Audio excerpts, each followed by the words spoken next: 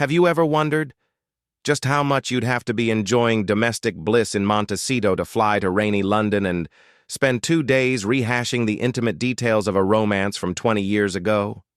That's right. I'm talking about Prince Harry and his ex, Chelsy Davy. Oh, gee, is Miss Meghan watching too? Hi, Miss Meghan. Hope everything's great in California and the sun's shining.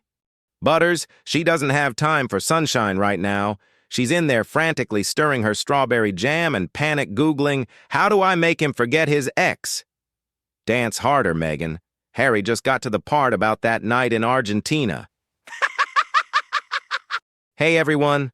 Welcome back to Royal Routine, South Park-style satire with a royal twist. Today, we're digging into the epic courtroom showdown between Prince Poor Me, Pay Me Harry and the Daily Mail. Here's the deal. Our self-appointed champion of privacy is suing over 14 articles published between 2001 and 2011. And Harry is claiming, with a totally straight face, that journalists used illegal means to dig up dirt on his personal life. And get this, Harry, basically choking back tears, told the court the press made his wife's life absolutely miserable.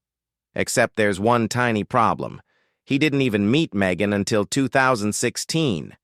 So somehow these tabloids managed to ruin this woman's life 5 years before she was even in the picture.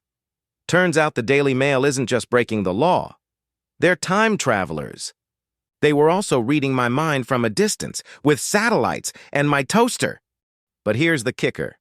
In a desperate attempt to prove the press knew too much, Harry ended up spilling every last detail of his romance with Chelsy, right there in open court. Where they slept, where they jetted off to, and, my personal favorite, her exact seat number on a flight 19 years ago. And his entire case rests on this ironclad logic. Chelsy and I didn't tell anyone, so it must have been stolen. That's it. That's the whole legal strategy. Oh, and get this. Harry says all he wants is an apology and accountability. And somehow, he's gunning for a massive payout. If he just wanted an "I'm sorry," he could have had it by now. But let's be real. Tears are one thing, but money is money. Now, let's head over to the snowy South Park schoolyard. Dudes, this ginger prince is stuck so deep in 2004, even light can't reach him.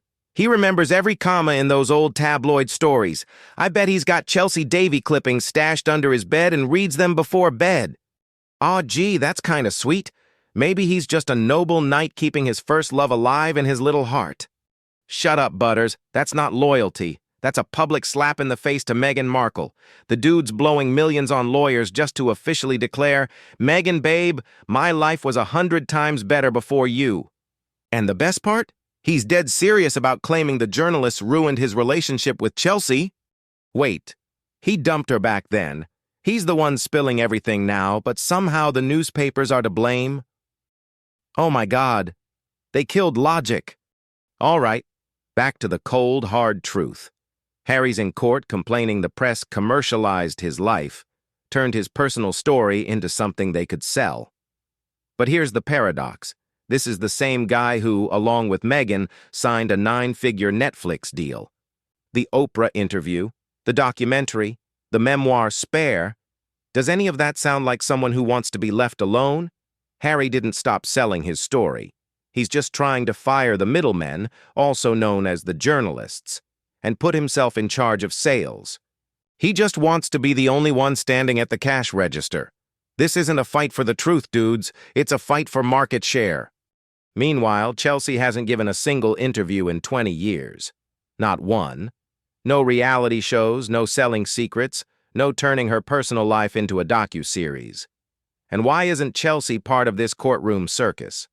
Because she doesn't care. She moved on. Happy marriage, kids, a real career. No pining for the prince. Chelsy, it seems, loved Harry the man, not Harry the prince. Now let's check in on the Duchess and her absolutely miserable life in that $16 million mansion.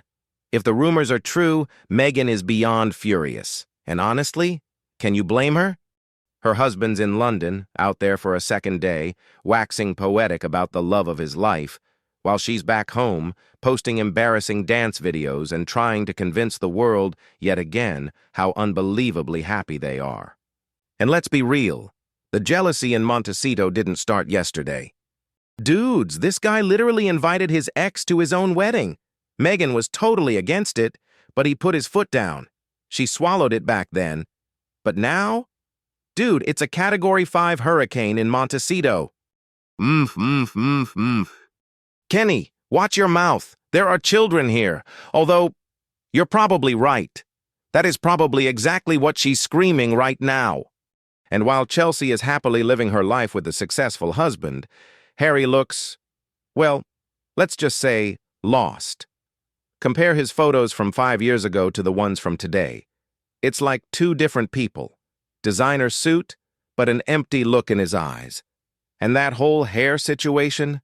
It's shining on every front page like a beacon of despair, blasting out an SOS to the entire Commonwealth. Dudes, did Meghan cut his hair with hedge clippers or what? Should we all chip in for a comb? And here's what's interesting. Harry says he wants peace and privacy. But if you want peace, why spend years hauling yourself into court? Why keep digging up the past over and over again? Someone who's truly found freedom doesn't spend their life in courtrooms trying to prove how miserable they are. He's got the look of a guy who just realized he traded an entire kingdom for a box of jam, and now he doesn't even know who to return it to.